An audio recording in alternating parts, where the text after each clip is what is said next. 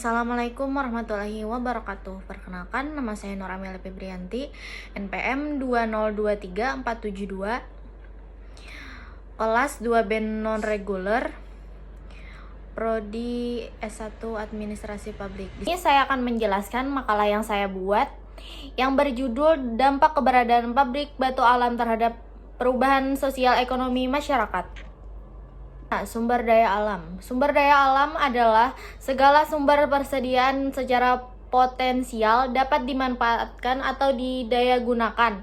Istilah ini dapat pula diartikan sebagai suatu masukan dalam suatu proses produksi sehingga menghasilkan produk lain yang lebih tinggi nilai manfaatnya.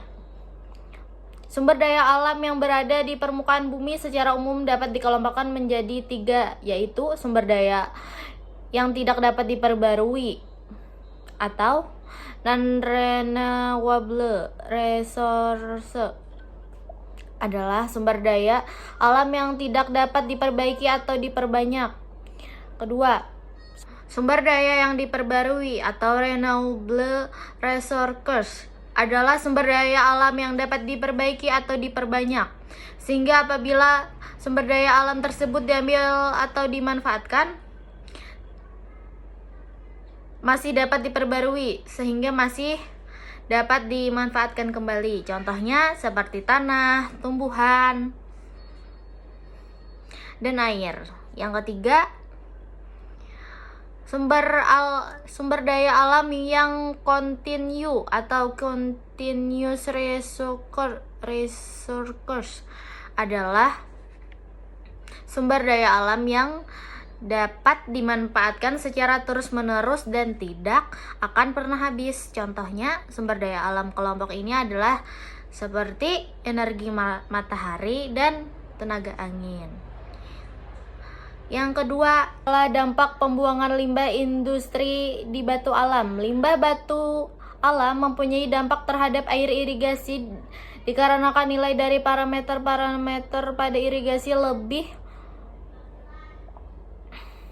lebih tinggi atau mengalami kenaikan setelah adanya limbah batu alam jika dibandingkan dengan nilai parameter-parameter pada air sumber irigasi yang digunakan sebagai sampel kontrol. Dampak keberadaan industri pabrik batu alam terhadap perubahan sosial ekonomi. Keberadaan industri pabrik batu alam dapat mempengaruhi perubahan sosial ekonomi masyarakat sekitar. Contoh dampak positif dan negatif dari keberadaan industri pabrik batu alam terhadap perubahan sosial ekonomi. Yang pertama, pendapatan. Yang kedua, pengembangan infrastruktur. Yang ketiga, kesejahteraan.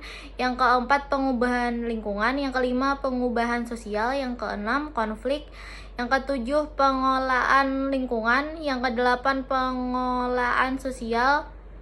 Kesimpulannya adalah pembuangan limbah batu alam mempunyai dampak terhadap air irigasi karena setelah adanya limbah batu alam yang dibuang ke saluran irigasi, nilai dari parameter-parameter pada air irigasi mengalami kenaikan atau lebih tinggi daripada nilai dari parameter-parameter pada air sumber irigasi.